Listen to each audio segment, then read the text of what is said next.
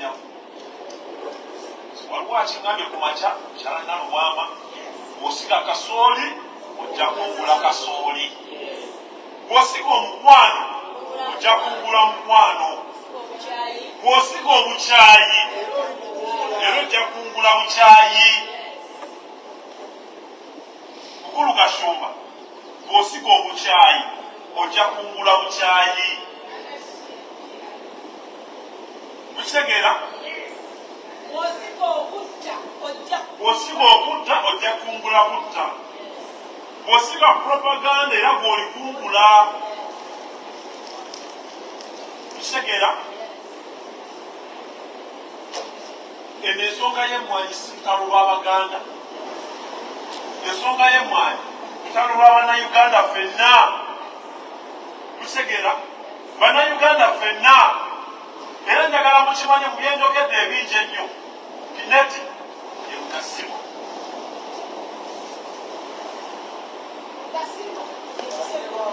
mukitegeera kino ensonga y'etteeka lino eno buli tteeka erireetebwa simanye eryakawa na biki njagala kimanye guno munyago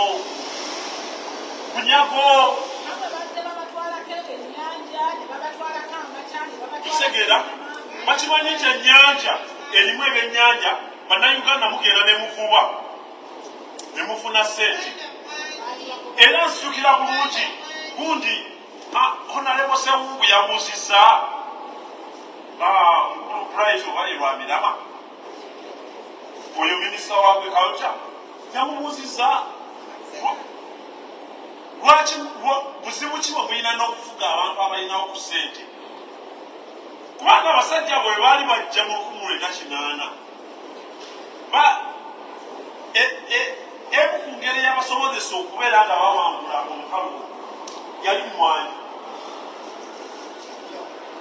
ya Uganda gye bakozesa eyo mmwanyi teyali y'Abaganda yali ya Uganda kati bo bamaze okutuuka eno kukitegera Uganda Coffee Marketing Board ne bagidda ebyuma byonna byonna ne babisembula ne babitwala e Rwanda emmwanyi ya Uganda wano mu America weeri of course masoba mulirani akireeta Good African Coffee mukulu Kasima yakivunaanyizibwako bambuga ne balya ssente teri aginyegako terina muntu yavudde kwanyonyola bino wange ebigenda maaso ku mmwanyi biki bagabumbidde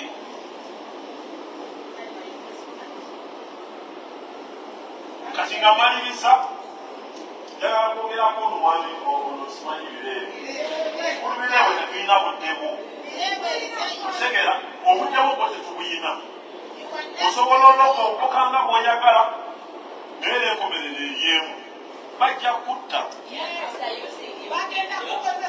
bajja kukozesa era bajja kutta kitegeera tamala emirundi myaka emeka gyamaze ng'ayogerya Museveni nate tamala emirundi oyo nakyo njagala mukimanyi Kashumba oyo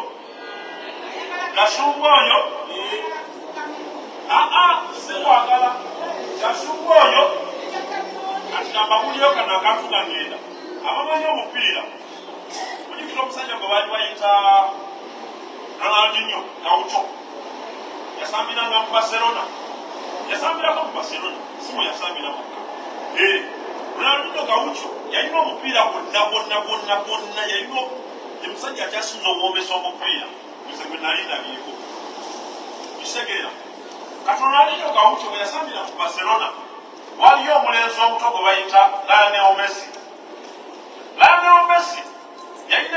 yali myaka emito ngagamba atandika butandisa okuza omupiira gwe naye nga yali agumanyi mukitegeera wabula Lionel Messi yali tasobola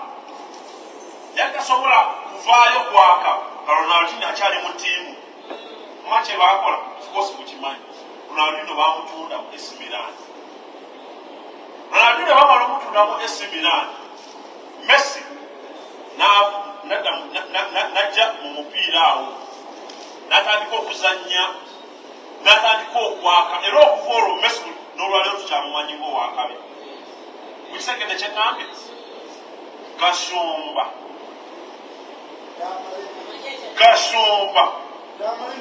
ye Messi Ronaldinho yetamala emirundi mwetegereze nnyo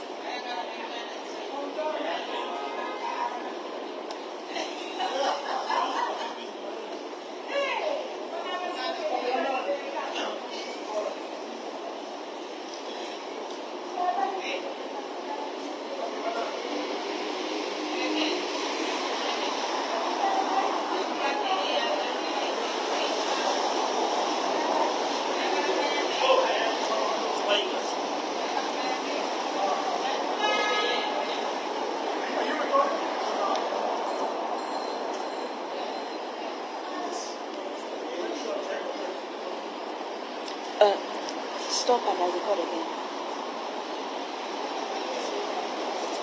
You haven't started. You haven't started.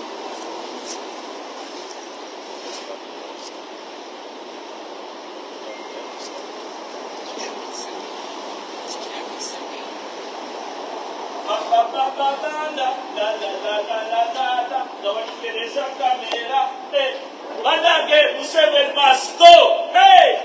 Wala la la la la la kabuta oido kufa. Museveni must go. Gera maso. Ba! Ukakumwani. Muhozi must go. Abiri kubanga. Asaduka Museveni. Museveni must go. Sawa yodoge na kufa Masajja kwetu. Yaka anatukoye. Yeah, yes. Come on. So when we start.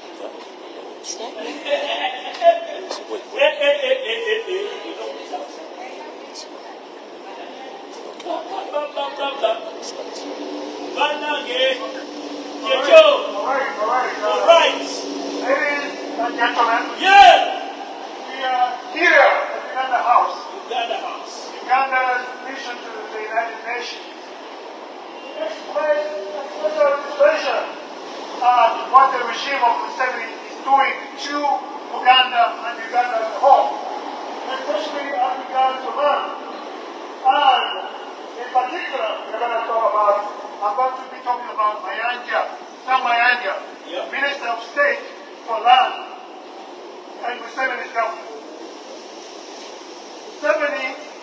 Mayanjja, before 1900, all the land in Uganda was vested in the Kabaka. Kabaka was the custodian of Uganda's land, and people lived on that land without any hindrance. They could farm on the land, they could grow crops on the land, and they prospered. And that land was administered for the Kabaka through the chiefs, certain chiefs, Mongola chiefs, Muluka chiefs, to ensure that the land was protected and was used productively. So that means no one was deprived of land so long as they used it productively, and it was never a threat, and people could live on that land in perpetuity without anyone bothering them. The British in 1900 introduced the mayoral system and basically and the crown land. And crown land, the British basically stole Uganda land, but then there is now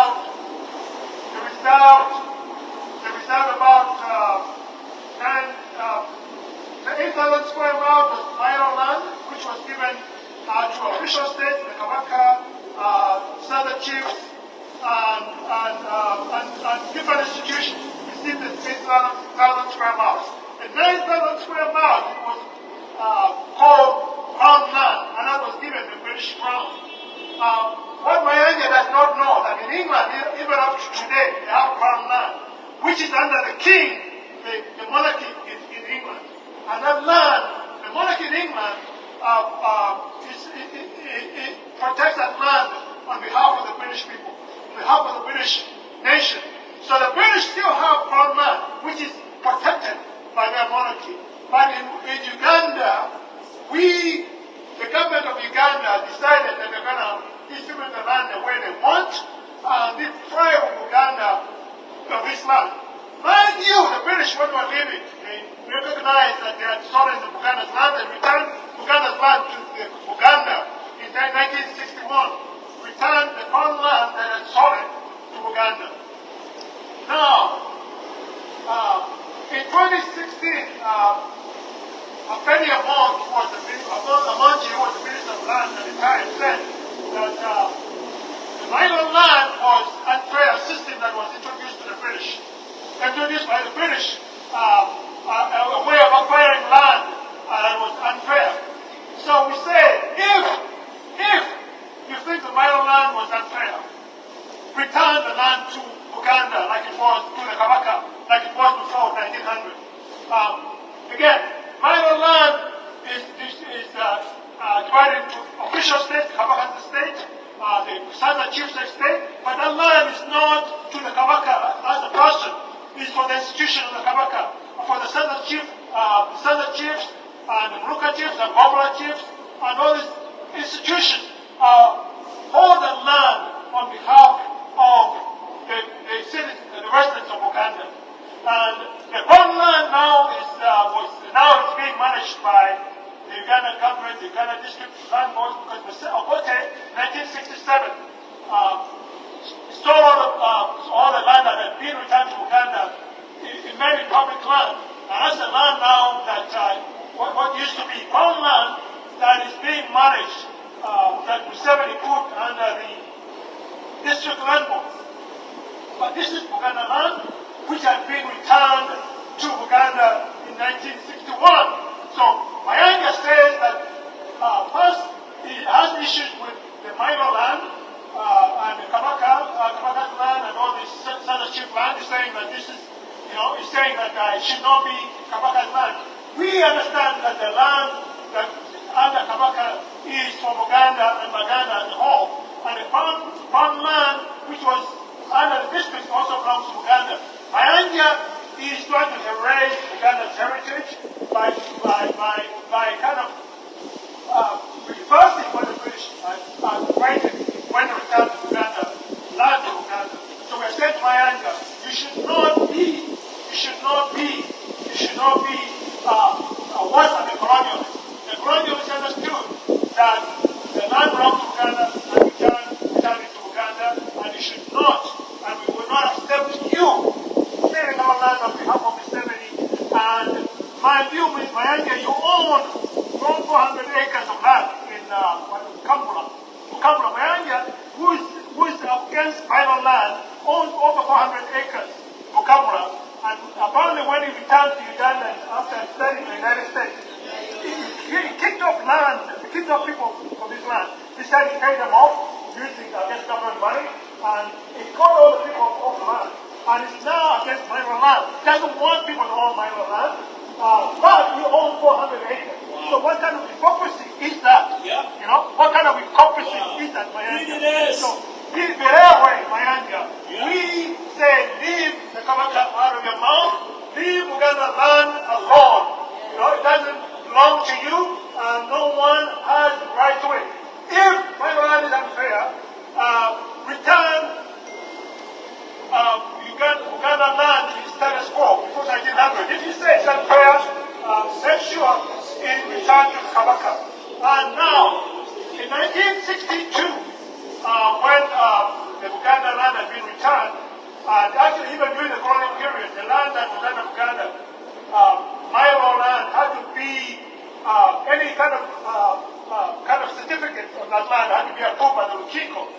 was not up to the Uganda Land Board by itself to approve.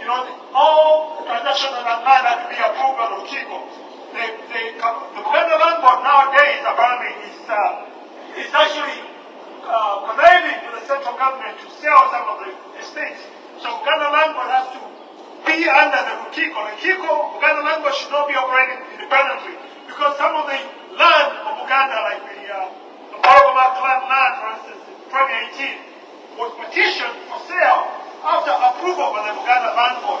The Uganda Land Board has become an entity under itself, but Uganda Land Board is supposed to be administering Uganda land, but they should not be doing it without approval of the Kiko and the Kabaka. So Uganda land should be retained for future generations. And that's what Uganda land was, that's what Mayanjja land is. It's not personal land. When the British created those estates are institutional estates. The Kabaka only got 27 miles personal estate, which was given Kabaka Chua, and Kabaka Chua gave that 27 miles to most of his descendants. So that land, private land, does not exist anymore. What we call Kabaka's land is land that Kabaka holds for Uganda, in custody for Uganda, future generations to develop and preserve for future generations. Part of that land is Mukono, Kampala, and Orobo, the 18, Mukono and Mukono and Kampala and Mokiso. So they have 800 square miles. The farmland is all the council of Uganda. That is a bit separate from the 300 square miles. So the farmland, which Museveni now kind of put under district land boards in all the counties of Uganda, 18 counties of Uganda. That land belongs to Uganda. It has been returned to Uganda. We oppose stolen, and Mayanjja is kind of saying that it's as it should be because it's saying Uganda is not legal. But what kind of question is that? Remember, Uganda existed before Uganda, and Uganda was made out of 18 different regions. Uganda, Busoga, Chori, Akole, all these institutions, all these regions have their own ways of managing their own land, customary land. By the way, Mayanjja land is a combination of customary and freehold. So it's a combination of, it's kind of a custom, it has some elements of customary land because the Kabaka is holding it in custody for the people. Only the official Mayanjja estates that are freehold are modern, which is what the British introduced. But Mayanjja is actually partly freehold and partly customary. In as much as residents could work on the land in perpetuity without being chased off the land.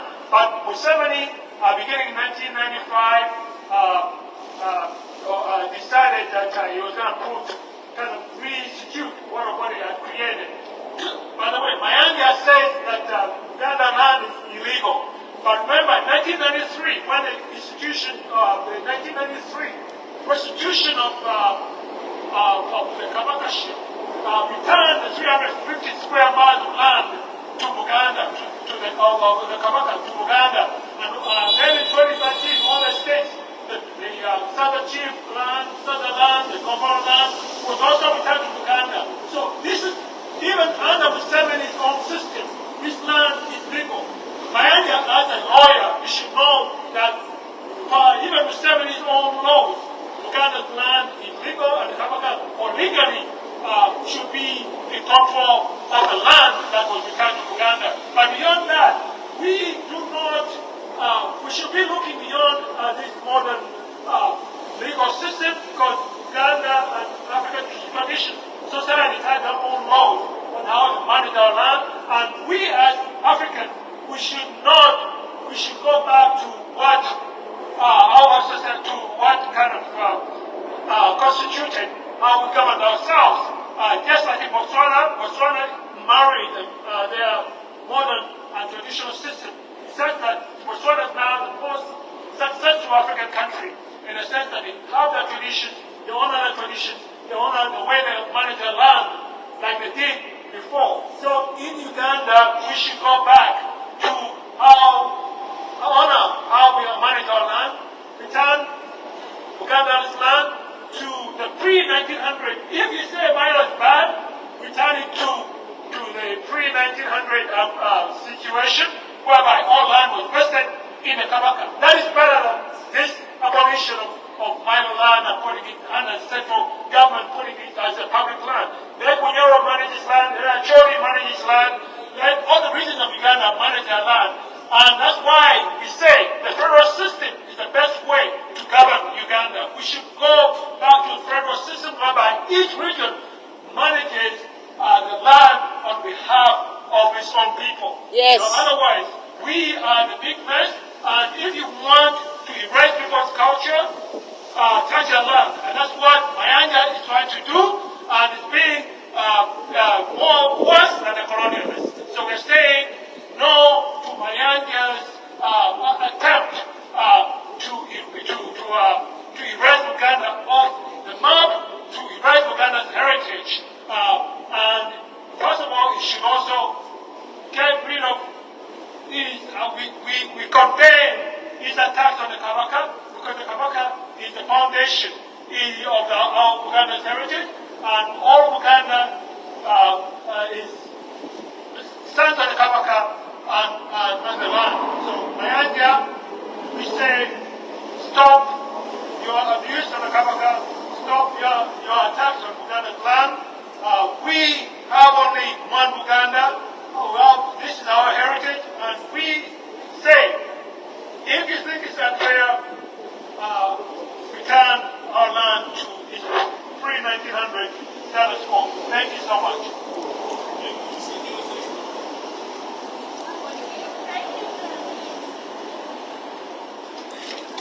Mayanjja C. Mayanjja C. Mayanjja C. Mayanjja C. Mayanjja C.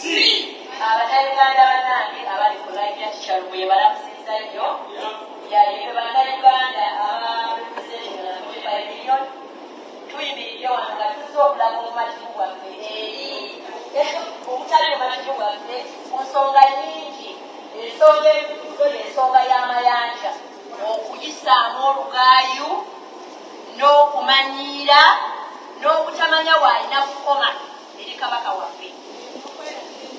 Yes, Mayanjja Biregwe oli mutabani wa musajja mulungi, toli Uganda era toli Munnayuganda. Bwe bubanga Obuganda bwaba okuddamu gwe ne kitaawo, tolina audacity, tolina buyinza, tolina wadde ne sekendi emu okuyisa kabaka waffe mu mannyo go. Tolina tosaanidde. Olaba naffe Abaganda tetusobola, naye ate gwe omulungi. Naye obutamanya mpisa na buwangwa ensonga lwaki wayogera ebigambo ebyo. Njagala nange nsomese mwannyinazo Lwani Ssennyonjo ayogedde mu Kutikuti ng'akulaga ettaka lijja litya okubanga kasitoliyani waalyo ye kabaka. Nsubira oli musajja eyasoma oli musajja muyivu, ebigambo byayogedde obiwulidde, kati nze ngenda kubiddamu mu Luganda. Bw'obanga tewategeera nti kabaka yalina okuvunaanyizibwa ku mayiro 9, kati olw'endagano kitegeere. Era otegere nti ebigambo by'oyogera nti kabaka talina ttaka, nti bw'aba ayagala okugula ettaka amusima kitaawe kyamulekera ttaka, wayogera ebigambo eby'obusirusiru era ebyalaga how stupid you are. Bw'alaga nti wasoma naye wasoma busiru, mu mutwe ogwo gwakugejera bwerere bali mutusonyiwe. Basajja bakulu bano naye batuswaziza, baswaza ebyama gyabwe n'obunene bwabwe n'emitima byabwe. Wasoma busiru okumaganya abasajja n'abakazi abalala abasoma. Bw'obanga gwe tebasoma ku history wa Buganda, nga tebasoma ku mayiro 9, nga tebasoma ngeri ki kabaka yakubamu kasitoliyani wa ttaka lya Buganda, then wasoma busiru. Naye njagala okugamba kino nti Buganda lwazi akyekolako yakola ki? Buuza kisa kyali yakukoledde live nakugamba mwebuze Buganda lwazi. Kabaka Munyango, kabaka Mpologoma, kabaka Lagiro bitagambwako. Kati gwe gwani Mayanjja kugamba yanjabo, Mayanjja ku bulungi bw'obutabani bwabire gwe gwani eyo papa lika ku Mpologoma gwani. Tolina kyoli yesu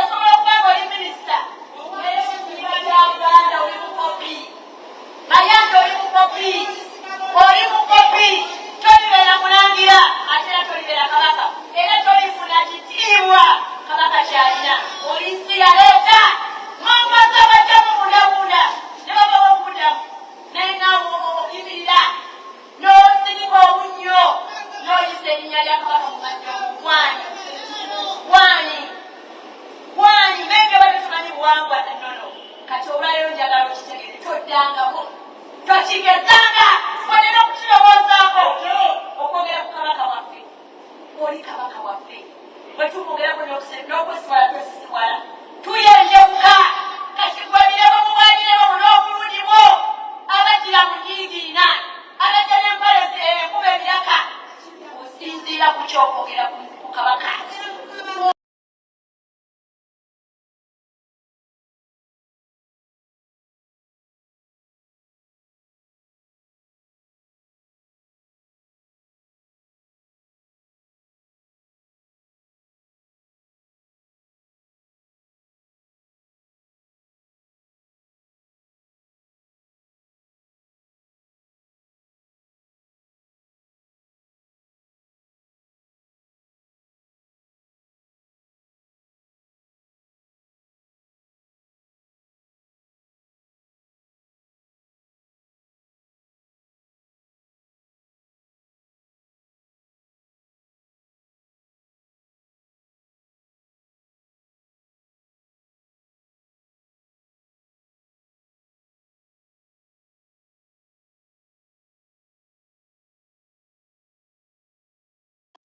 Atasosola atalina buzibu ku buli muntu yenna akuŋŋaanyiza ayagadde abantu akuŋŋaanyiza abakiga akuŋŋaanyiza abanyankole akuŋŋaanyiza abagisu abalugwala abakyoyi n'amawanga gonna kati mu Buganda likyo kikyoyinza okugenda nosaba y'amawanga okugenda bonna mulina amataka muwasizza abaana ba Buganda mukuumiddwa abaana ba Buganda naye ne muyimirira omunkyubulamu ne mwagala okutumanyira naye ng'omusajja lw'amafuta yagambye tuwalayirira mwabikolanga bwe kati tunazuukuka ne kati twazuukuka tutegeera ate kuno omulembe mulalamu bebiri bye bagambanga nti omukulu tagambwako nedda munnange kubakolesa bitukugamba kate tukugolola n'enjogera gyeri olugero olugamba nti n'ento nekozadakubire komala omulaki n'ozina kituufu osobola okuba nga oli mukulu mu myaka simanya nga oli minisita naye ng'amagezi wagaleka wansi Mayanjja toddangamu okussa kabaka mu manyogo ekindagamu yakikizaako ekirayoonosebyabo yabalagenda li bannayuganda ze buli wefuna abasooka tomuzindalo guno nga tuli mu biti ntera okubakiriza bannaayi ekiri atabaala bino bye tulimu tetulimu byabufuzi ntera okuwulira abannayuganda bamu nga mugamba munze saagala biyingizamu ebyabufuzi. This is not politics. Ebiseera ebisinga nti bagamba this is not normal politics. Tetuli mu byabufuzi tuli mu kununula ggwanga. Eggwanga lyaffe lyawambibwa abasajja abatemu. Eggwanga lyaffe lyawambibwa abasajja abanyabanaga be bali everywhere. Bali mu institutions zonna eza gavumenti. Ne mu malwaliro batuuse kati batirayo abantu. Babakuba eddagala ekkulu ne babatta. Bebali mu bizinesi z'okutunda emmere babaguza emmere erimu obutwa. Bannayuganda musuukuke. Gavumenti ekwata ssente n'ebawa ssente ne bafuna amataka gammwe. Baagala mufuke mwongoze mu nsi yammwe. Ab'ekiteezi baabasenze. Olufa lwonna muse muluwulira. Abakyayina baateeka payipu obalenga ne warren pipes. Naye byonna byonna bye baateeka mu kasasiro oyo oba byali bibo oba byali ki. Byali bigendere nga baagala okuba ngo babawe ettaka balitwale. Ab'omulubiki baabagobawo. Ab'ekaseese. Bannayuganda nze kusigala nga mbakubira omulanga muyimuke. Luno olutalo lwaffe. Luno olutalo si lwa Kyagulanyi ng'omuntu naye yabagamba tasobola kulwanyisa Museveni kumuggyako yeekenye. Naye omugwa bwe yakola kutuzuukusa na tutulaka biki ebigenda mu maaso. Bannayuganda muyimuke tulerwaneko. Museveni takola nga ye yekka bakola nabo bamayenga abaganda abagenda bakyalowooza nti mayenga katikkiro abalowooza nti mayenga akolera kabaka oba akolera buganda kino ddala kibayingire mu mitwe naddala abambi abakulu n'abakyala bakulu bambi olwokuba twali twakuzibwa mu buganda n'empisa n'okutyala abantu abakulu kibalemeddemu mulowooza nti olwokuba mayenga balagamba nti katikkiro wa buganda mukyamuwa ekitiibwa ekyo mayenga si katikkiro mayenga rdc wali mu buganda mayenga yatuuza amataka ga buganda mayenga atuuza embiri za buganda mayenga yeyaleta programu ya kyava mu ntalo omwana buli yawalesereza kyava kugane kyako kirina mayenga yakuŋŋanya ettofaali mayenga yeyo kyamasiro n'olwetumubuuza nomutabiriza ettofaali talina ennaku ezo nawuliranga manguye talina kyalina ebintu byonna byalina bakolera kabaka alimba sente zonna zakumene wajeno mu diaspora azikola kuye bamaama bataata bajjajja bali mu buganda kulekerawo kuwa mayenga ekirima si katikkiro mayenga mubbi mayenga mubbi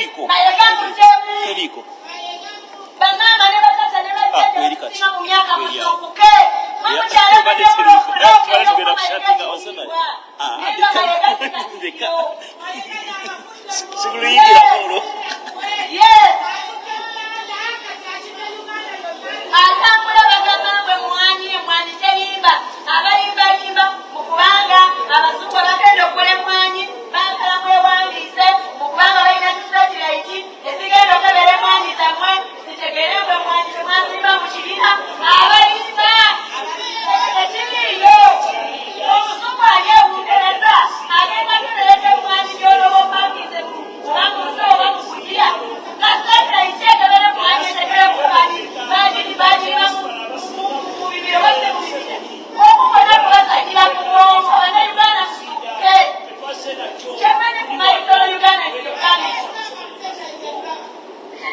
babalibalimbanga baana abannayuganda mulekerawo okulimbibwalimbibwa so bingalibo buli abeerinajja n'abalimba buli omu najja n'alimbamu lwaki temusumbuka mukozese emitwe gyammwe sentera okugamba nti nze neetegeerera ekigambo bwe nkiwulira kikupimikirizaako nekijjamu amakulu but don't believe whatever you hear. Thank you so much.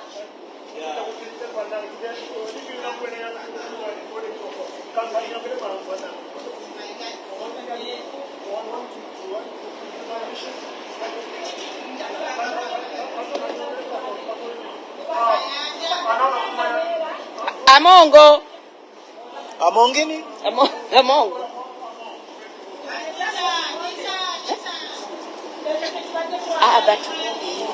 But this Ready once. Very ready. ready take it until live. Oh, it's ready. Battery. Yeah, at least that's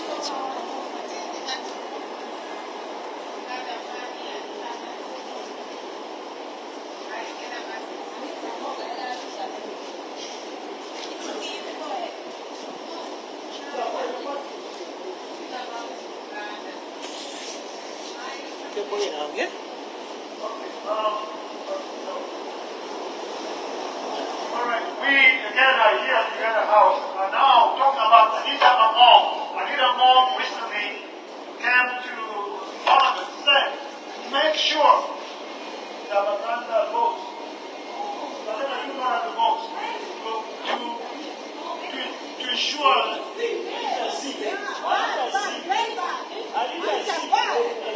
Bravo, go see.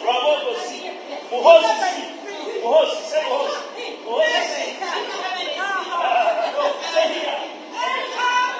Oh no, that side. Tony. Because we are facing this side.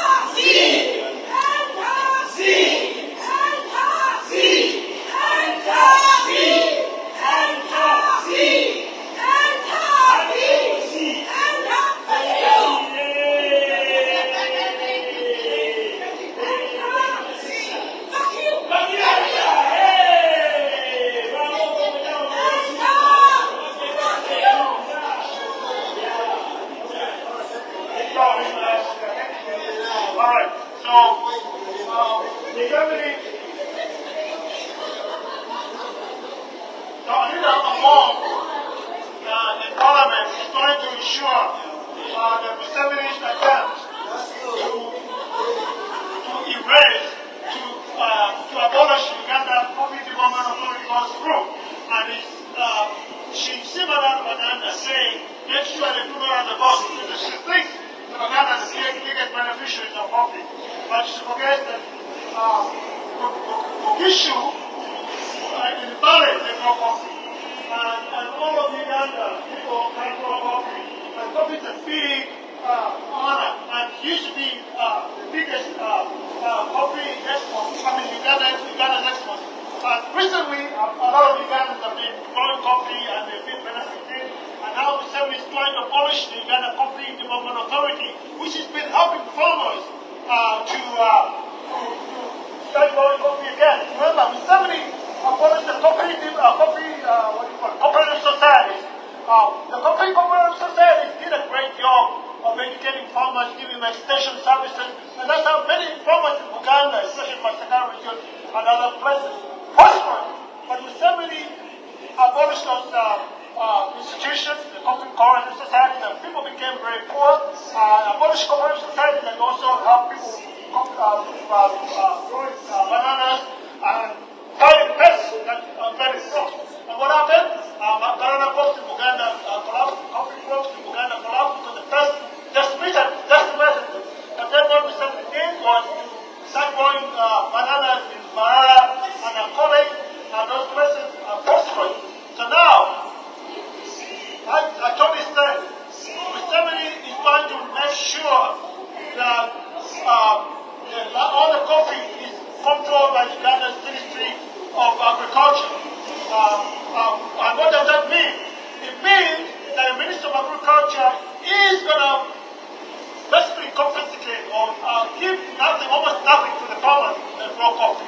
And then sell the coffee at a maximum profit. I don't know if everyone saw today, there was an article, there was a video of Museveni establishing a coffee processing factory in Tungamo.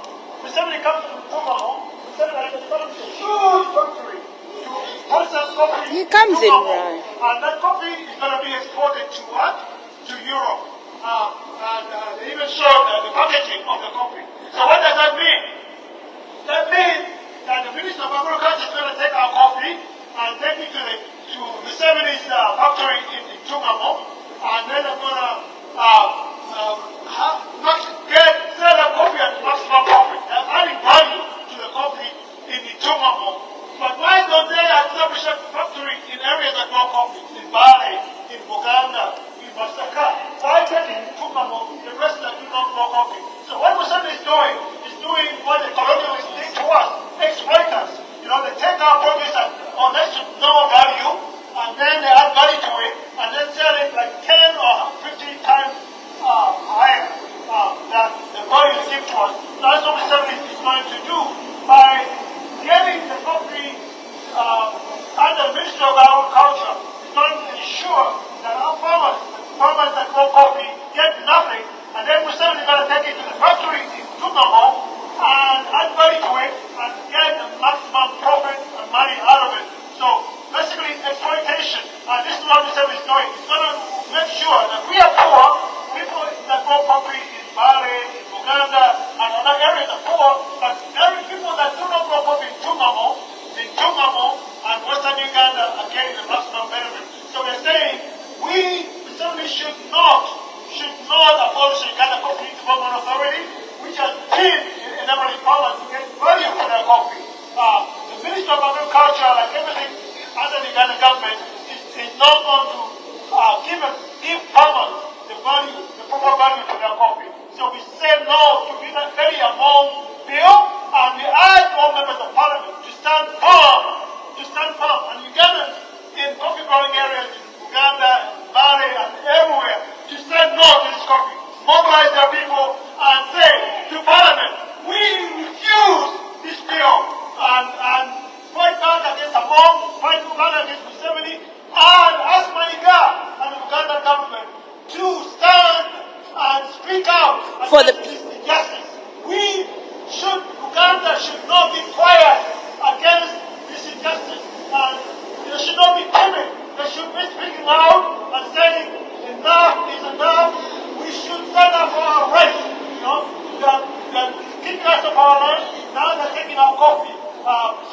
saying enough is enough. And monitoring back is of no use. Monitoring back is of no use if you when you go to the coffee, you're not going to get the proper value for it.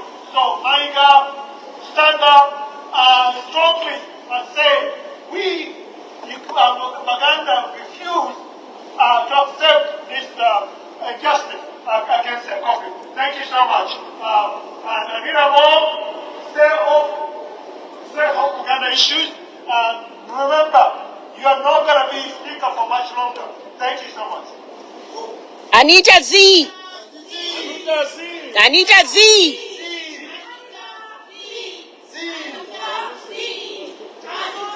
Z. Z. Z.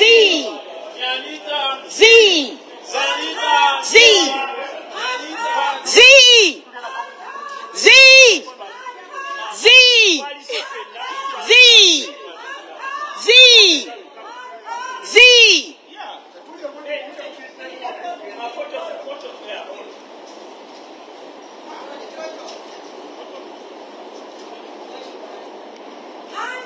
Z. Anita Z.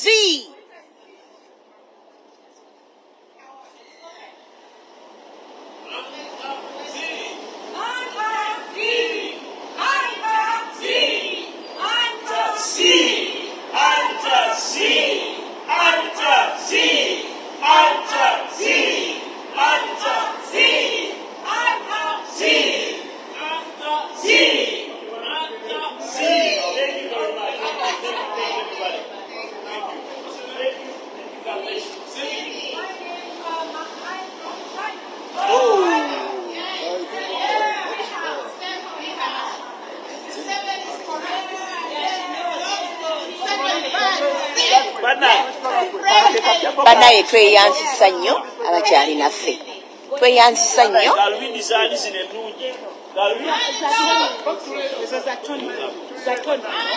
embi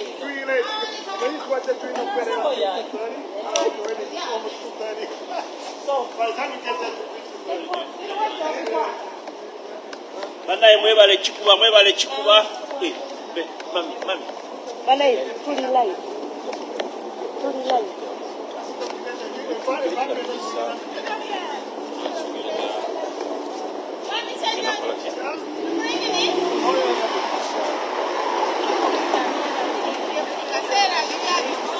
tuli live ani akalokoge ticha omanyi toni wagenda nayogera ku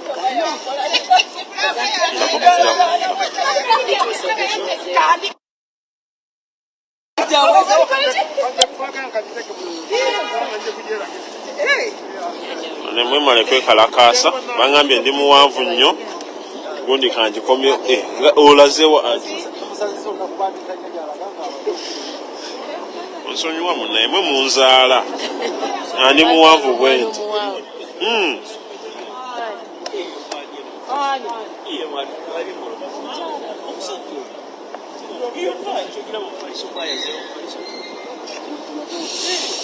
bane mwebale kubeerako mwebale sharinga mwebale kwagala Uganda olwayo tuli wano New York tubadde ku Uganda House Uganda House eyo yagulwa amini naye bano abasajja bagitunda nabo so bagitunda naye basigazamu bagitunda kati bo bapangisa ku bannanyiniyo kirowoozeemu bwe kityo so nga bulijjo ngenda balambuzaako ku New York olwaleero leero tuli New York olwaleero ekibuga kiyinza obutanyuma nnyo kubanga Saturday ate empewo nnyingi ate tuli mu fall anyway ekikulu Saturday kuba ne bwe yandibadde fall ku Monday kibuga kyandibadde kijjudde wano so New York eno nze sigitegeera bulungi singa kutegeera Washington naye genda balaga bulazi bifaananyi nga bwe tutambula kati mu kiseera kino twolekera ku kwembase y'Abadaaki abaagala otuleetera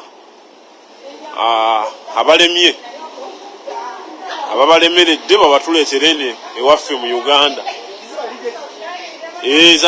Baziyita reject kituufu. Bebayita ba reject abo bebagobye ababalemeredde baagala otuleetera kati nabo twagala tugende gye bali twogeremuko nabo tubabuuze bassebo. Wani abagamba nti Uganda kasasiro w'ababalemeredde. So ya kibuga kye New York mukirabye obwe mbagambye engeri gyeri weekend abantu bajja kuba batono nnyo batono ddala nno. So bwenaafuna asinga okutegeera New York jamubuuza babuulire wagye tuli naye ng'obugaali obwo mubulaba ezo si piki nno bannaye bugaali naye lwakuba bugaali bw'amasannyalaze bw'osota n'okoowa wasigadde nga kakwevugirawo osota n'osota bw'okoowa ng'onyiga wali eri nga keevuga.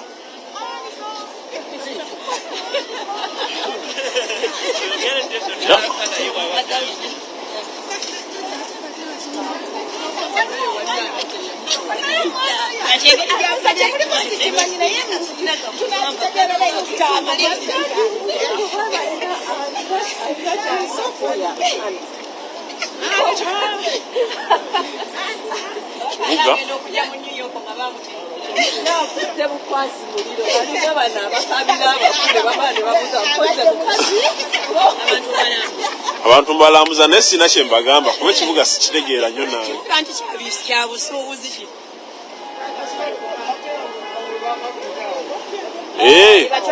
Awo twapakinze awo. Lwaki twapakinze awo Mr. Joseph? Twapakinze awo kuba walayisi wewasinza okuba walayisi owasigadde $2 $12 abasasula emisolo, that's the services we get. Bw'osasula emisolo ojja mu kibuga n'opaakinga motokayo ne bagirabirira bulungi.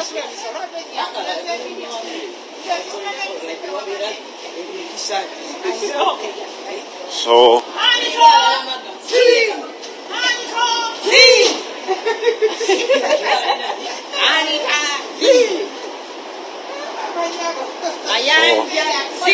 Mana amanyi we tuli agambe ku bantu baffe ndi mu kubalambuza. Tuli mu New York. Bana tuli mu New York. Ku street siye tuli kati wano bali mu kuzimba. Wanji? Wano kino ekibati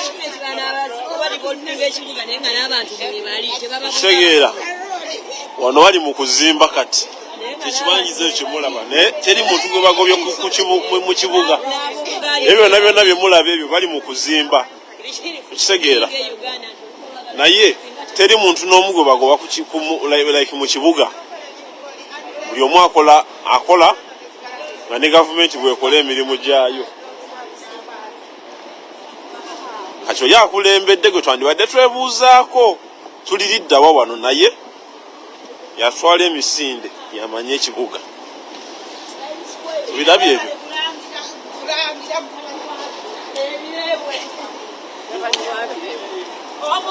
Lwendikomawo nga nina information yonna ku kibuga kino ngenda kujja nkibatwalire nkibalage. NYPD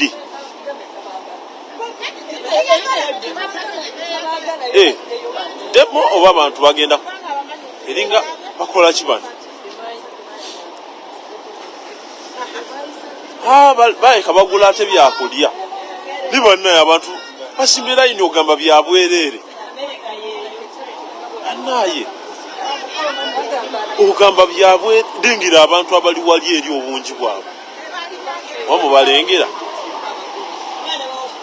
Is that for over there? Yeah, what's happening? I'm not sure. Oh no! Oh, we're gonna join. Oh my God! Ase bangi bagendera ddala paka eri.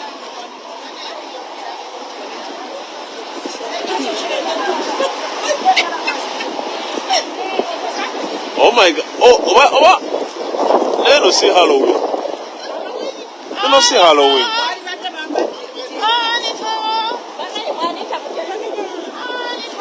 Ndako. Kashigenda maaso waffe. Nina bano bagenda paka eri wansi ne bano ne bakirya paka eno wansi.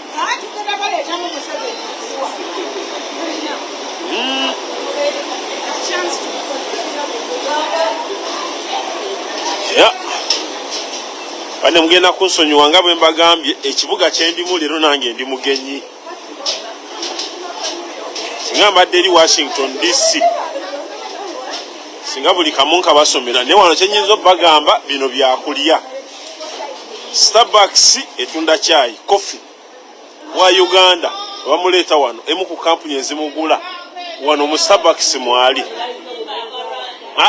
In fact abamu bakugamba noku abakozi bamu bakugamba this is Arabica from Uganda. From Rwanda? By the from Rwanda. So This is 685. smoke dispensary buli wolaba smoke island smoke bichi oyo manya baba tunda cigarette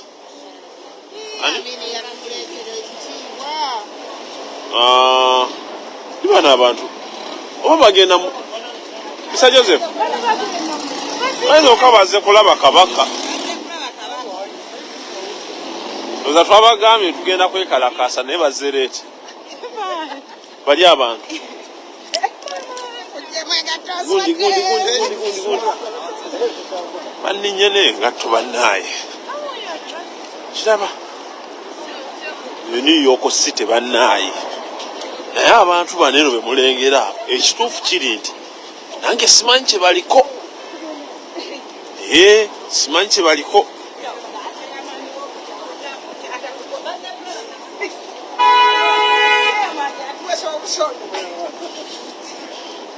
kyemanya atwala kaguddeyo nkirabye eyo New York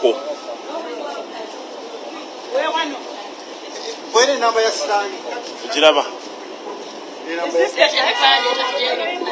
yellow cabs skyscraper zonna ziri wano eno zasomye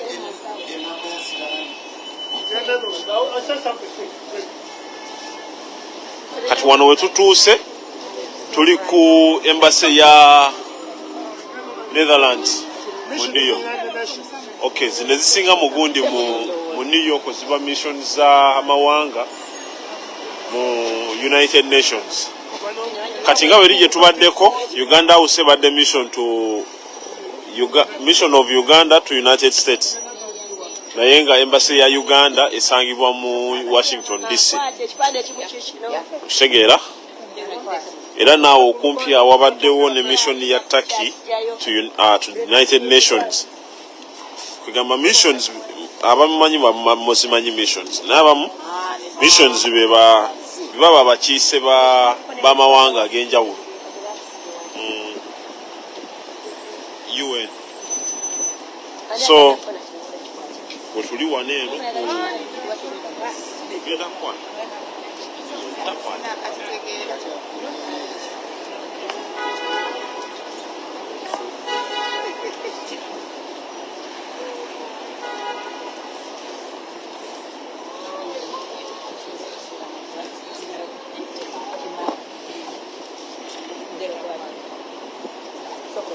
Bali ku 6th floor. Bali ku floor ya mukaaga. Banatuwulira. Ali ku floor ya mukaaga ne bajja tuwulira lwampaka.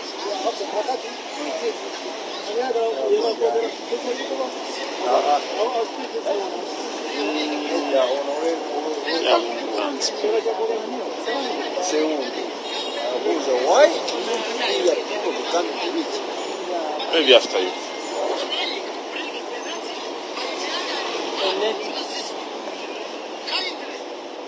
Okay. So let me speak. Owala ingozi.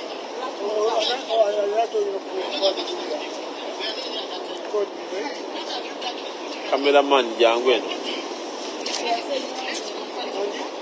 Walina giteeka. Cameraman mwoli eri emuli wagenda ekissa.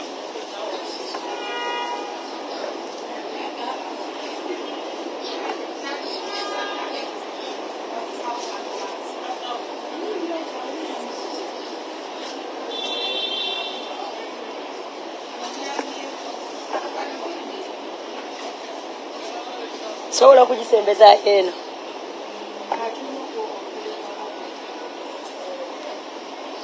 Ate ngamba mukasiko kugiteeka wali.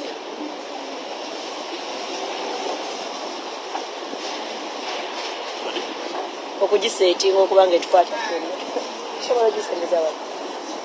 Ngena kukwatira ya. Cameraman mugamba jeno.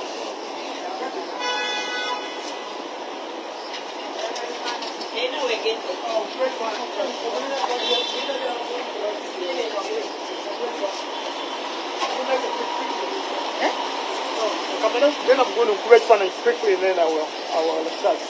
I want this to sign.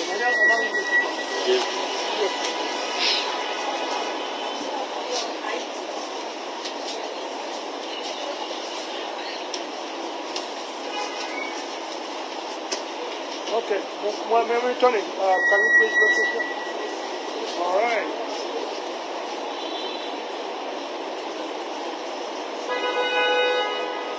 All right, got it.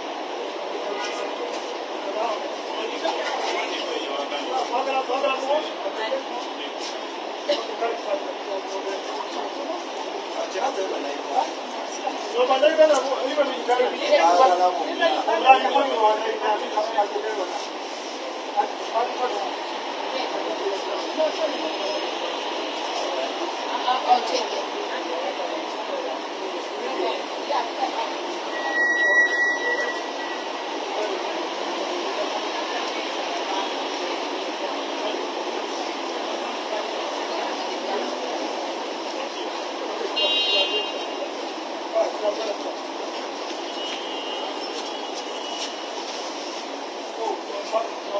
No, forget the new one. I can't see. All right, Ugandans and friends, we are here at the Netherlands mission to the United Nations in New York City to condemn the far-right government of Netherlands' plan to deport asylum seekers rejected by Netherlands to Uganda. These asylum seekers will be from Uganda and which countries near Uganda that are being rejected for asylum. But imagine a Ugandan that has left Uganda to seek asylum in Netherlands being deported to a country where they're trying to escape and seek asylum. What kind of humanity is that? What kind of hypocrisy is that? You know, that is against international law, right? It should be against international law.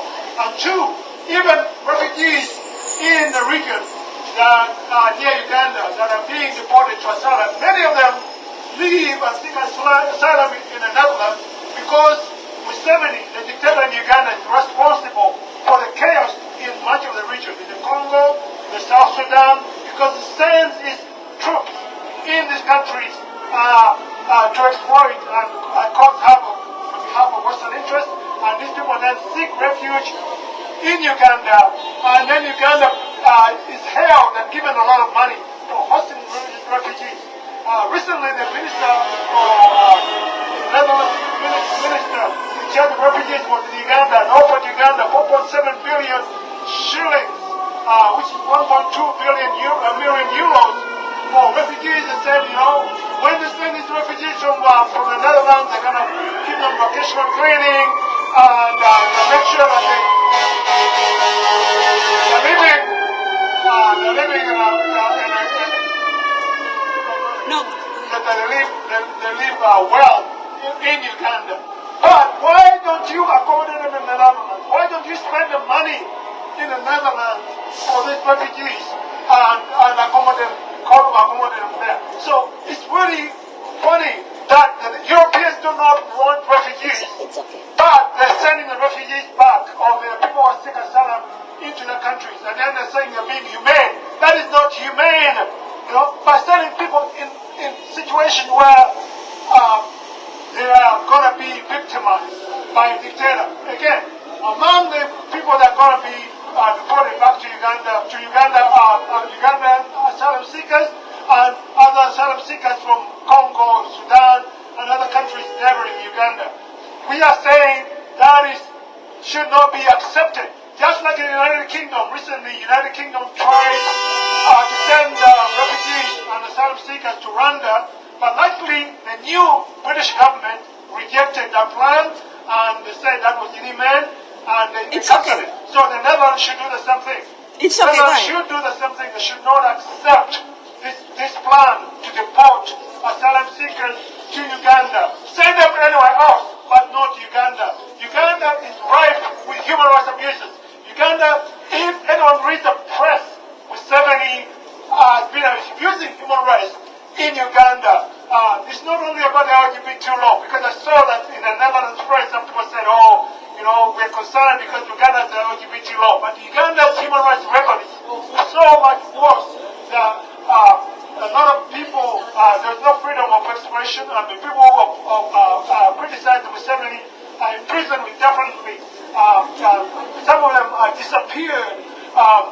So Uganda is not a place to send anyone, whether it's a Ugandan or anyone else trying to seek asylum, because then they're going to be victimized. They're sending them to more victimization. So Netherlands, you should not be doing that. Stay like Ugandans, many of us are here because we left Uganda because of the situation there. They're telling you should not be doing that. Yes. So Netherlands government, please abolish, abandon that plan to send refugees to Uganda, where Museveni is victimizing Ugandans and victimizing even people beyond Uganda, the Congo, the South Sudan, where a lot of these troops are causing havoc. So we request follow the UK's example and abandon. I think Denmark also abandoned a similar plan and say no. Dutch citizens, we request that you hold their government accountable.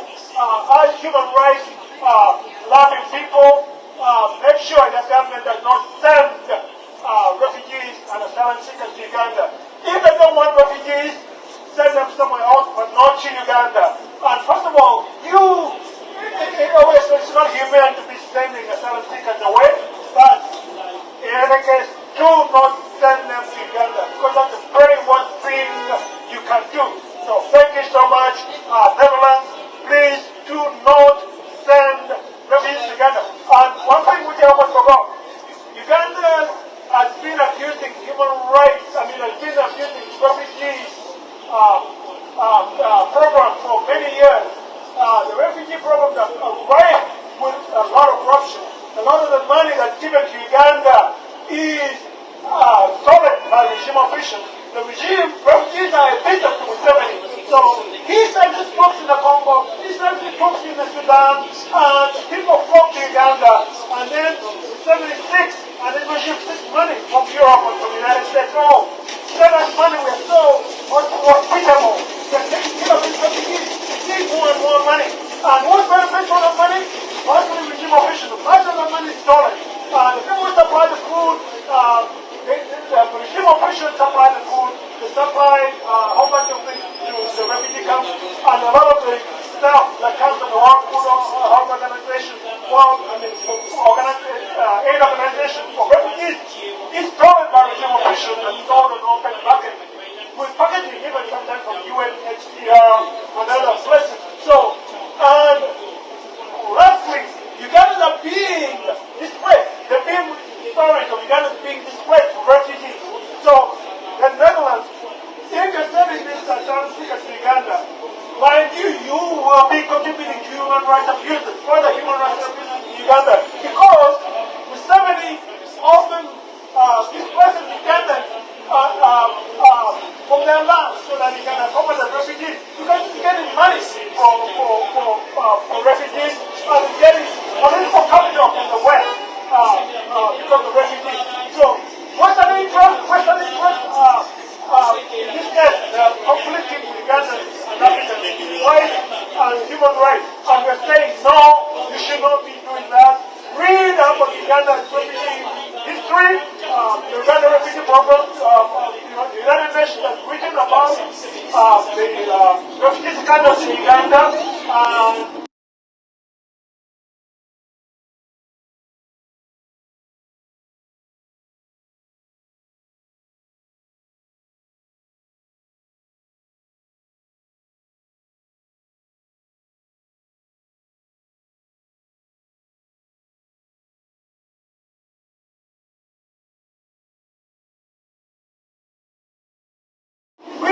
So much. Thank you very much.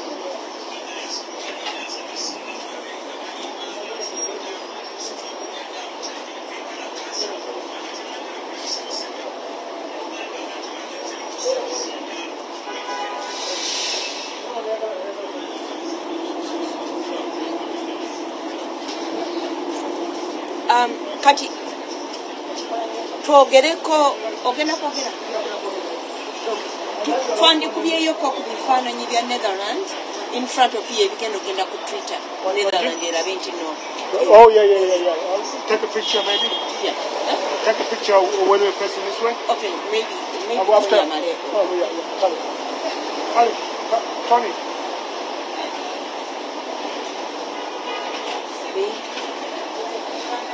The picture needs to be in front of Wanga. When you tweet, Netherlands has to see that it's their building. If we take a picture here, it doesn't show. Yeah, no, I understand. So we should take a picture when we're facing this way. Yeah, okay.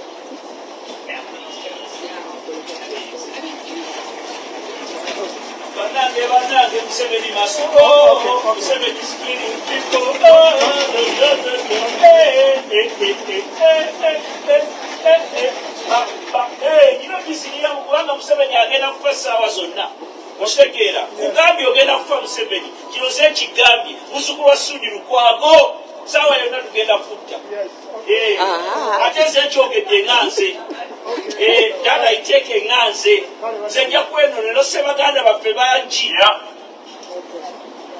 So Belinda omanyi bwe nakulya ku nnyanja eggaba ewajja jja mpolampola. Mami Lukago, please let him sit.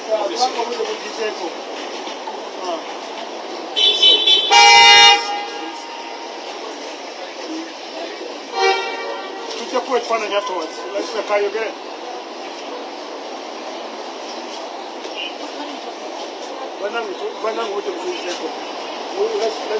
We'll take a picture of it.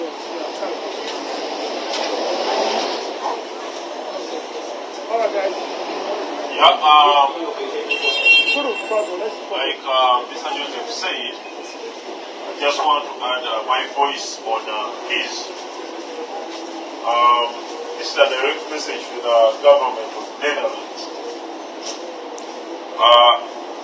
Seeking asylum is a human right. And deporting those people, especially that come from East Africa, back to Uganda, is more like deporting them directly back to their country. Yes. You know?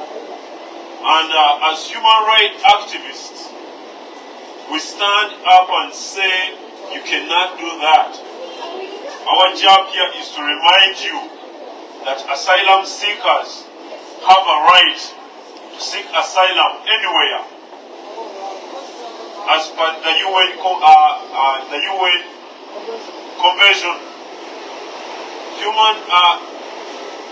individuals from any country have a right to seek asylum in your countries.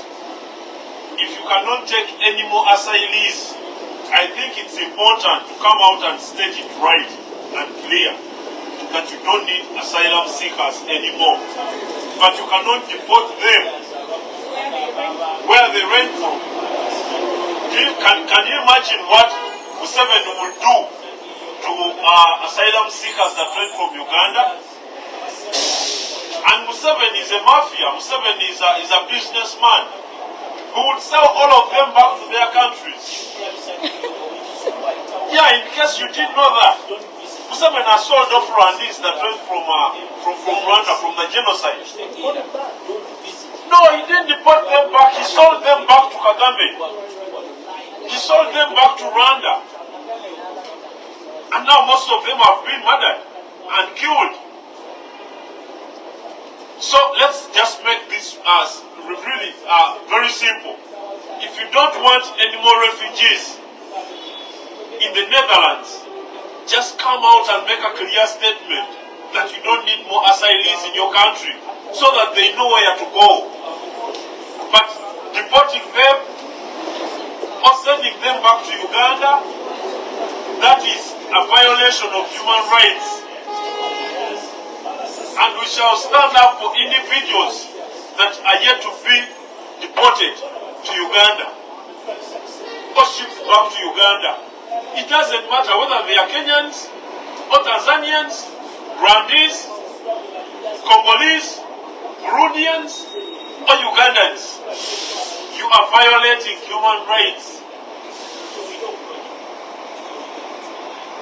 If you don't want any more of them, just make a clear statement. Uganda, mukijjukira nti emabegako awo gavumenti ya Netherlands yavaayo nerangirira nti bagala kukola enteekateeka ey'okutikka abantu be batawadde mu buddamu babaleete Uganda. Ekintu kyekimu bwe muba mukijjukirako ne Bungereza yali eyagala okukikola. Kati bano abadaashi bano baagala okukikola, naye twagala okubategeeza nti ekyo kuba kutyoboola ddembe lya muntu. Mukitegeera, kuba kutyoboola ddembe lya muntu. Omuntu waddukira n'ava mu nsi ye n'agenda mu nsi yonna n'asaba obuddamu, ate bw'omugamba nti ogenda ogenda omuterekeko e Uganda, obeera nga atafaayo ku ddembe lye na ku bulamu bwe. Kati kye mbagamba ne bannange wano nti bwe babanga tebakyetaaga bagwira mu nsi yaabwe, bwe babanga tebakyayagala bagwira mu nsi yaabwe, bagenda bakole ekiwandiiko oba bategeeze ensi yonna. Kuba bannansi b'amawanga ge baagala okuzaayo basobola okunoonyawala gye banaalaga. Ne bwe muddawa ne mutubuzabuza mwagala just baterekayo buteresi. Nedda, Uganda is not a dumping site. Uganda is not a dumping site. And it doesn't matter how much money you spend on Museveni and his family. Uganda is not a dumping site for rejectees, for the rejected in Netherlands. Kubanga tulabye abagwira bangi nnyo abadduka tugambe Rwanda ne baddukira e Uganda. Museveni yabatunda n'abazaayo.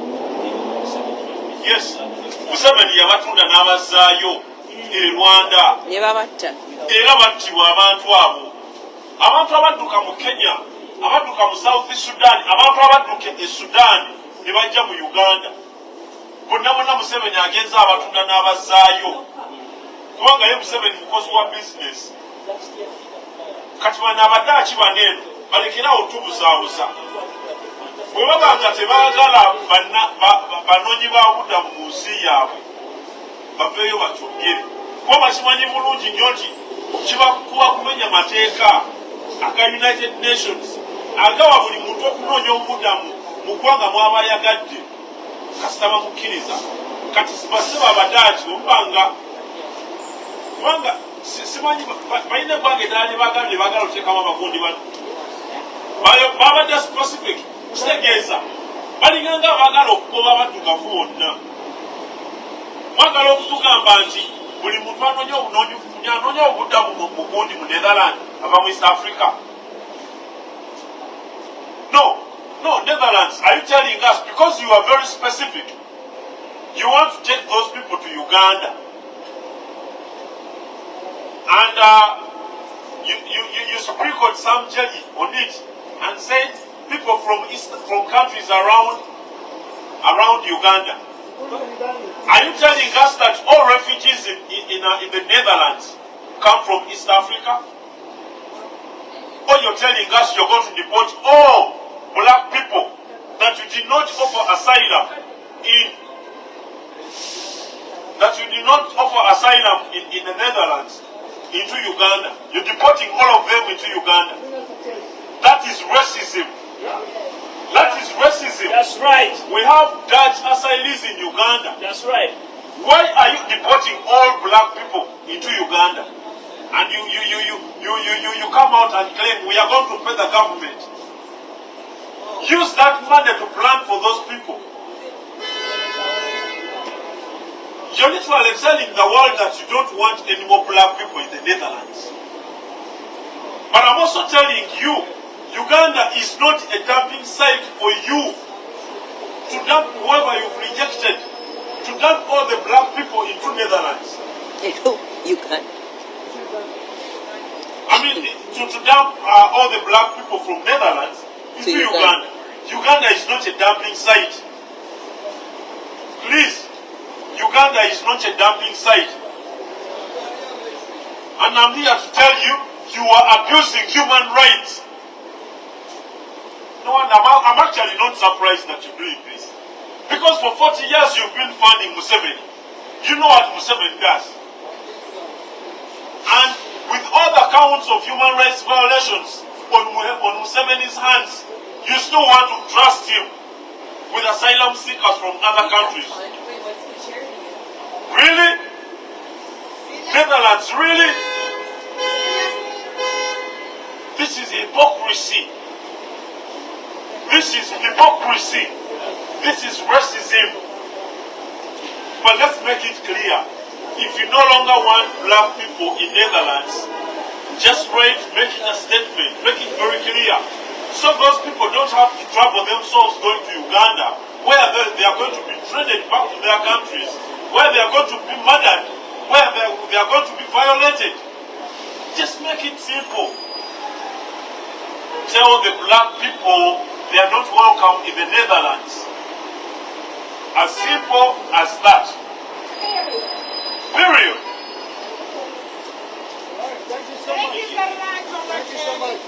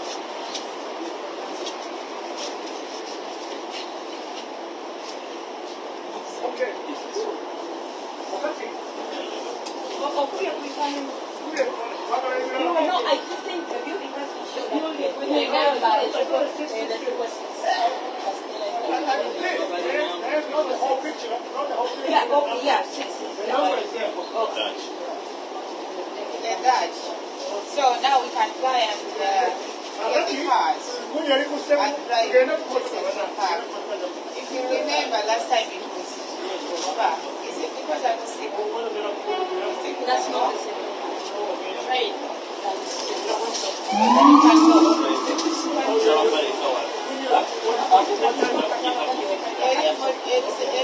That's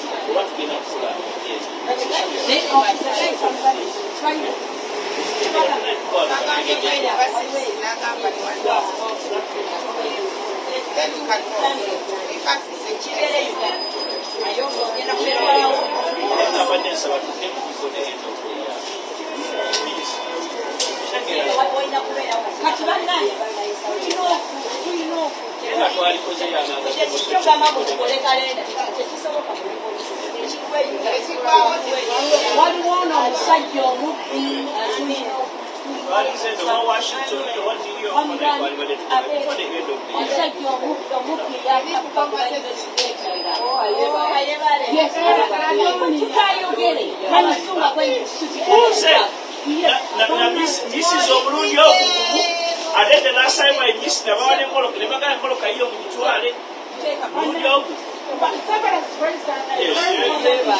need to come back for a year.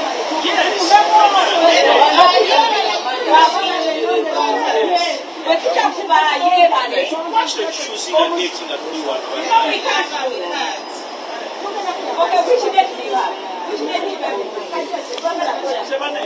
Bane mwebale nnyo mwebalire ddala tulabika nga tutuuse ku ntandikwa y'enkomerero. Enkomerero tutandise tumaze.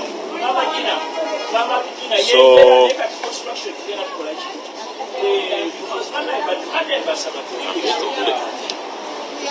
mwebale nnyo bannaye mwebalire ddala babaddeko tumalidde waneeno ku embassy y'aba Netherlands. Then tugenda ku bagise batya kozi bagise batya gye tugenda ku Times Square. Times Square, yeah, tugenda ku Times Square sawa zino. Eyo teri kye tugenda kwekalakasizaayo, just tubeera wabeerayo masanyu gokka. Waliyo ebyokulaba bingi naye wawanvuko okuva wano, so simanyi oba n'abatuusaayo oba twasiibulire waneeno tukole tutya. Naye nga mbadde njagala bebazaako bwebaza bannaye mwebale kubeera nga buli tetubeera n'enteekateeka bwe ziti bane mujja nemubeerako ne musharinga mutuwa ku magezi ate sifefeka n'abakulu bannanyini platform eno kulunguye mubale nnyo mwebali ddala bannaye tusiima bwongerwa tusiimira ddala tusiima bwongerwa abe mulaba katutandisa okupaakinga era twolekedde bannaye twolekedde. Ekibuga kino kyandibanyumidde nnyo singa mbadde nkimanyi.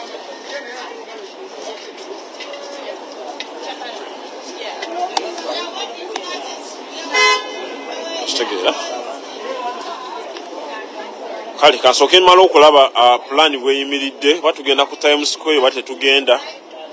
Then bwe tuba tugenze ku Times Square ngenda batwalayo mulabe ekiriyo ku Times Square.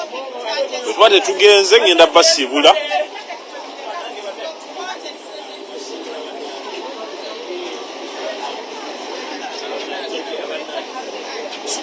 So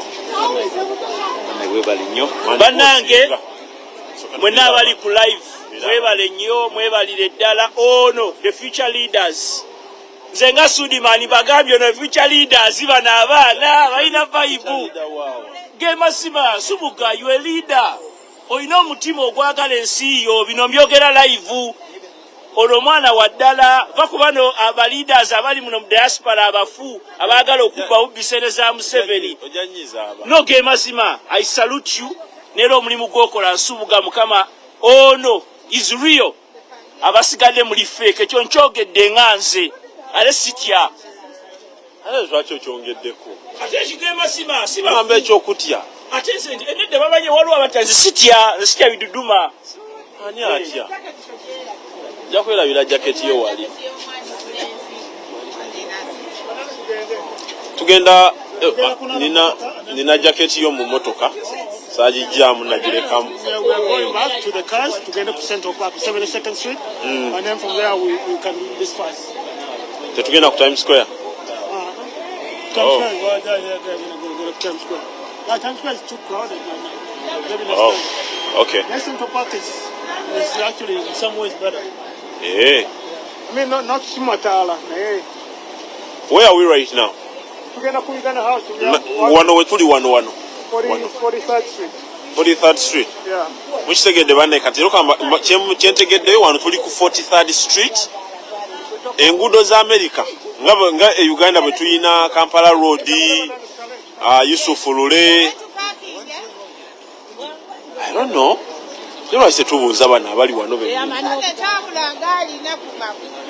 magulu ngayina bannaayo kati eno mu America enguudo baziwa nazi ezimu zirina amannya naye efe kyewayagadde ddo kiyisaawo simanyi ki ekigenda mu maaso ambabuuza.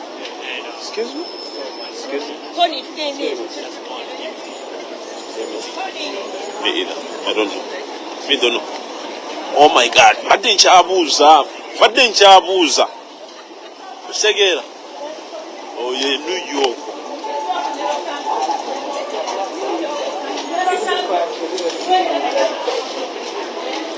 Badde ndi mubabuuza bali eri. Tekigenda mu maaso wano.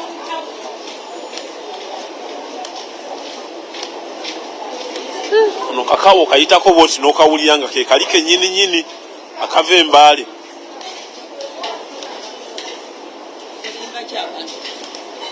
Ekituufu kiri nti sirina kyakubalimba ate simanyi kulimba.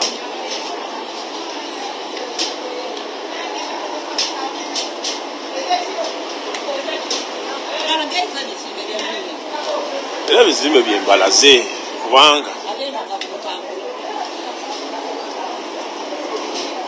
makambala g'ebizimbe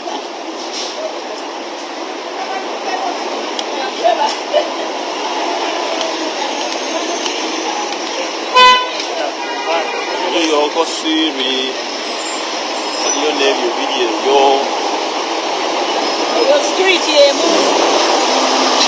eno street emu kati eno bagiyita 3rd Avenue kwe tutambulira ffe naye mulimu nebane simanyi nange ebizimbe bino baba babizimba eka babizimba dda just waliwo ebyo bagenda bongeramuko kati mubadde n'omuntu wamwe 40 years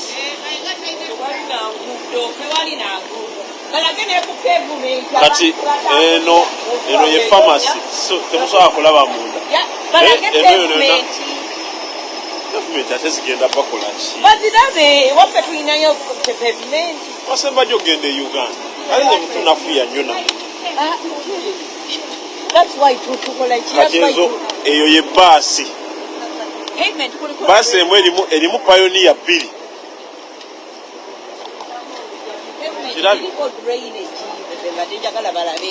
pavement eriko ne drainage so bino ebintu bino banne naffe tubyagala ewaffe amazzi enkuba bwetonnya tegabimba buno obugaali bwabuteekaawo si bwabwereere naye okakomyawo okawujja n'oka bayirawe kambabulyo kino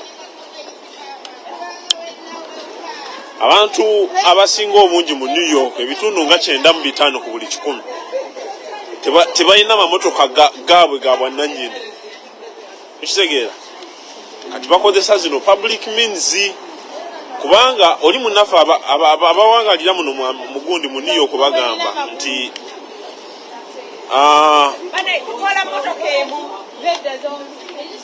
bagamba tetugenda genda mugundi kubanga eri crowded Square. Mwami Joseph akyusizza. We are going to Central Park. Central Park. Anti agambye very crowded. I don't think so. Kyensembeyo okuwulira. Ali luda wayi. Ali eri maaso mwami nga alina obwangu. So mbadde mbagamba. Mugundi wano mu New York abantu abasinga obungi tebalina mmotoka. Kati mu America wano, America eri wasigadde okubeera n'emmotoka si kya luxury mu Luganda kyeki. Luxury kugamba si kya bane ekigambo mu kinsuusizeeko ekyo. Okubeera n'emmotoka tugambe Uganda osobola okusalawo okubeera n'emmotoka oba obutabeera na mmotoka. Kugamba oba olina oba tolina mmotoka osobola okumalako. Wano mu America mu bitundu ebisigadde ng'oggyeko New York emmotoka olina okuba nayo kubanga oba tolina mmotoka obulamu bukaluba. Naye ate mu New York nga New York yo obutaba na mmotoka ate oba okugamba kikutaasa nnyo kubanga emmotoka ya bbeeyi. Bane tetutuuse abeeno Fiona nabanga abayitawo ffe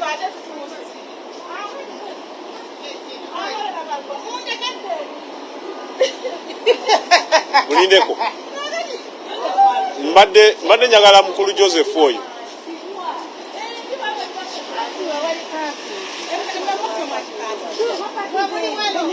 badde manyi mwapakinze wane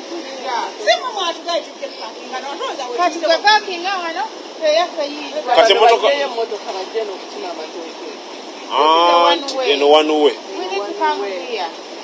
kati mpozi emotoka yamwe ennene erimu ebifo Mwamuyina moroka ennene.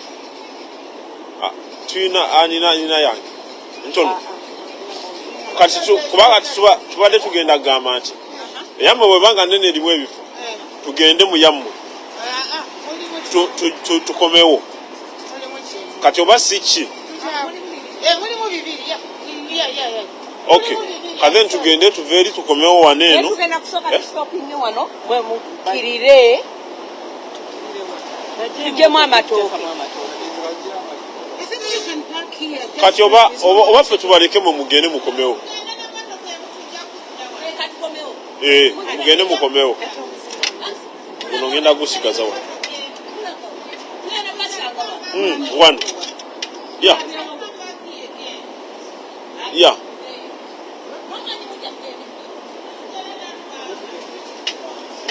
kale mbadde mbagamba kozi luxury kyeki mu Luganda tegamba okay kyembadde ntegeeza okubeera n'emmotoka mu America si kwejalabya okubeera n'emmotoka e Uganda kwejalabya okitegera bwe baabaleetera okukirowooza bwe balowooza okukirowooza kikyali bo bazirina nti okubeera n'emmotoka e Uganda is a luxury nti alina kulinnya booda naye mbadde njogera ku ky'Amerika kati ate okubeera n'emmotoka mu New York it is a luxury kubanga emmotoka ya bbeeyi it's expensive to have a car than it is to buy one. Kitegeera kwegamba kya bbeeyi nnyo okubeera n'emmotoka mu New York okusinga n'okugigula. So wano abantu abasinga obungi bakozesa train, bakozesa ezo kabu zemulaba, bakozesa baasi, bakozesa obugaali buli bwembalaze wali eri. So bokaboka buli street eyinza okuba erina obugaali obwo. Erina paaka y'obugaali obwo. Kati ate waliwo abalina obwabwe nga tebabupangisa. Kati kambalage kati nga buno. Tobulabo obwo ye bukaki kannanyini. Obwo kati kano kamasannyalaze. Kano ke kagaali kovuga bw'otuuka w'otuuse nga okoyo okusotta. ng'okanyiganga kesotako kagotula butuzi n'okwata amayembe nekavuga nekeyongerayo. So ebimu ku bitono byenyinza obbabuulira ku kibuga kye bayita New York.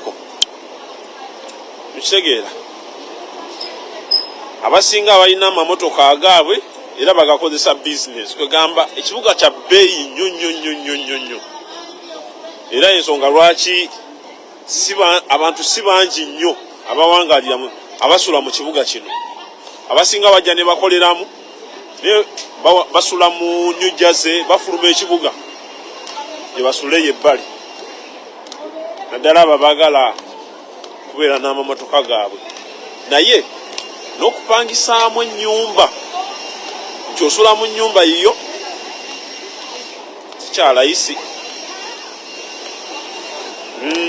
Sigamba nti ekisoboka, osobola okujja n'obeeramu kuba mulimu ababeeramu, naye just kubuulira ku bubuulizi. Abamu bagenda tuula ku mupiira tulina kujja eno kubanga wali tubadde bano babadde basobola okujja ne batusanga wali.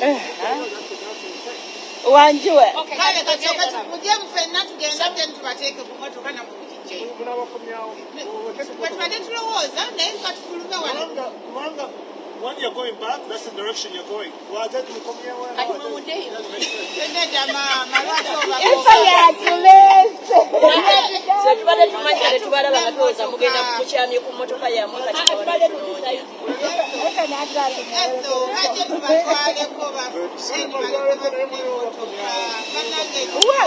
Okay. Kuroba abadde abuuza. Amisa Nyonyi. Mami Joseph. Kambuze mbadde ngenda babuuliriza osobola okupangisa Airbnb oba hotel. Naye kambuze owa wano yennyini kiyinza how much to rent like for a week, like a week.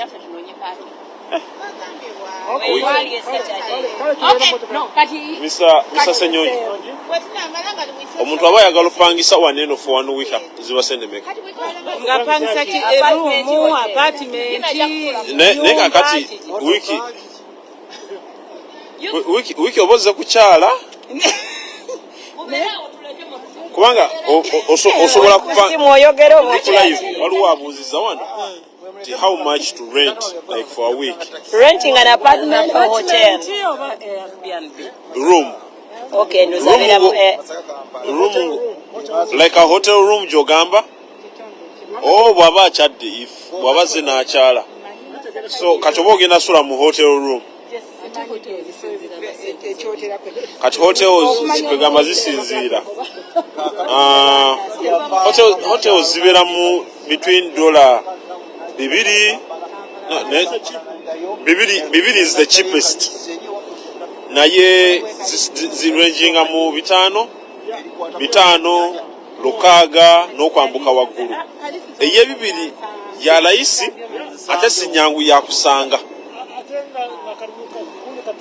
Ate ya nga ne karumu jakasanga katini nnyo.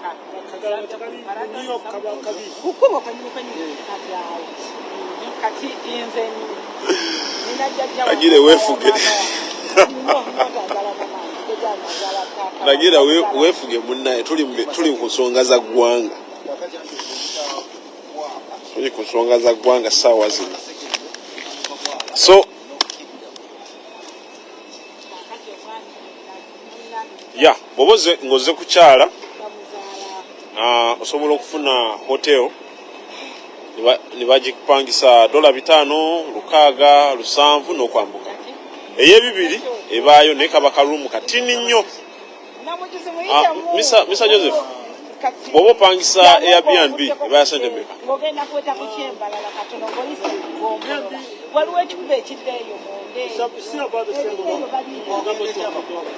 $200 like per night? Okay.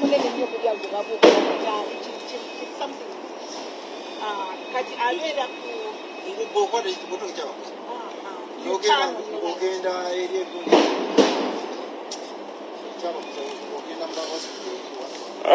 bannaye ndagire mwebale kusiima mwebale kusiima kati kino kigenda mbala tutunudde ekyaba kuzaawo kigende eyo munda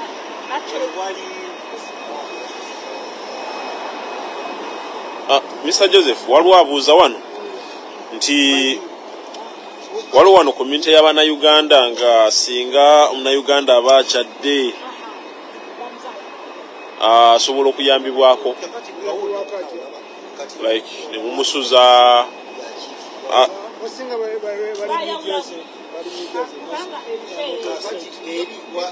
not so much in New York. New York they bali naye bali mu like nga Bronx outskirts.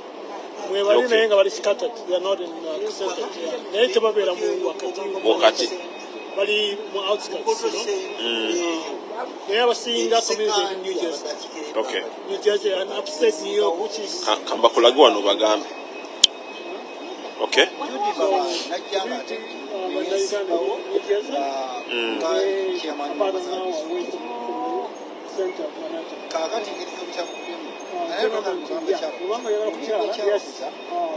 New Jersey, which is about 40 an hour to 2 hours away from the city.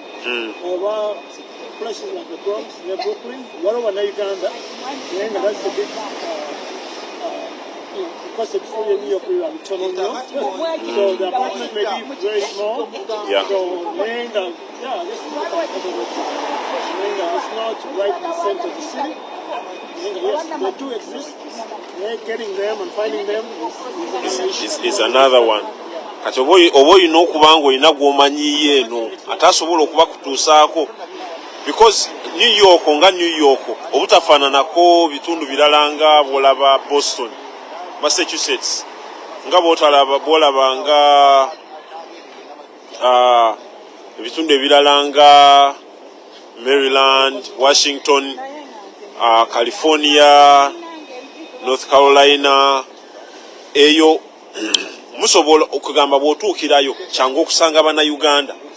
In fact, Massachusetts ku buli bantu 10 b'osanga mu Massachusetts, abantu 10 b'osanga 6 baba Bannayuganda. Era oba osobola okuyambibwa. Naye ate ebiseera ebisinga kiyamba nnyo singa bw'ojja n'obuulira omuntu nti ngenda kujja mu ki, ngenda kujja mu Amerika, ne tukugamba abantu ne bamanya waawo ogenda otuukira. Tusobola oba osobola okuyambibwa. Naye New York nga bwe bagambye, nga bwe mbagambye, it's very expensive ate bifo bifunda. So in most cases omuntu woboze n'atakuyamba oyinza owulira obubi naye oba tomunenya kubanga bifo bifunda nnyo. But nga bwe bagambye communities ez'Abannayuganda gye ziri in the outskirts. Kati ate ne bagamba outskirts. Price is 400, 1,000. Ne bannaye. Ate olaba nga hoteri wano zikebeddwako mu kiseera kino. Hoteri ndowooza esinga okuba eyalayise gye twali tugamba nti ya $200 ya $400 egenda mu 5 nga tekuli misolo. Naye kwegamba eziddako ate ziri mu 1,000, 1,200 kisinziira ne season mw'otambulidde.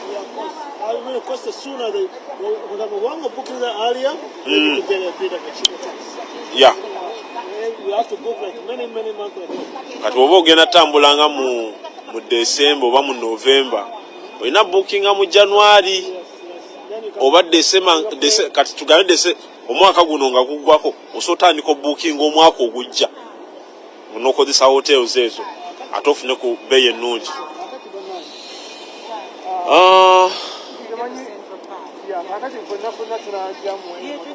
Tugenda mu Central Park.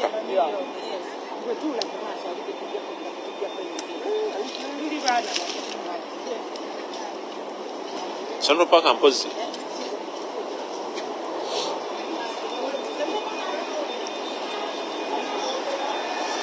Bane mwe bali kulaba leero ngenda balambuza New York.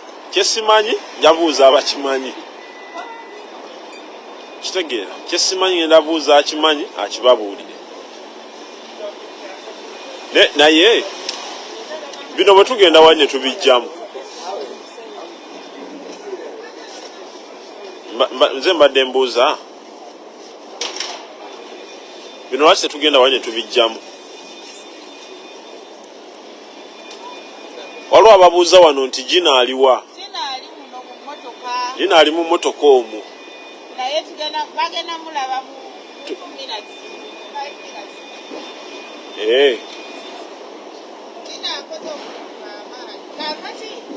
Yanyaku wanyinyako tugende wano twegoberere bwembadde ndowooza eto yasazewo bwatyo naye kibadde kisoboka genda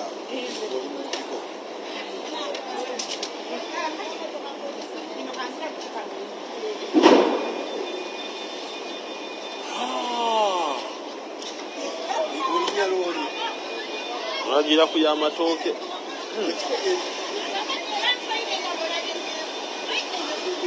yagira ku y'amatooke banemu musinga babeerako ya bwe tunaaba tugenda okwekalakasa mu bitundu ebyenjawulo tujja balambuzaako tuleme kubeera nga tukola ki twekalakasa bwekalaka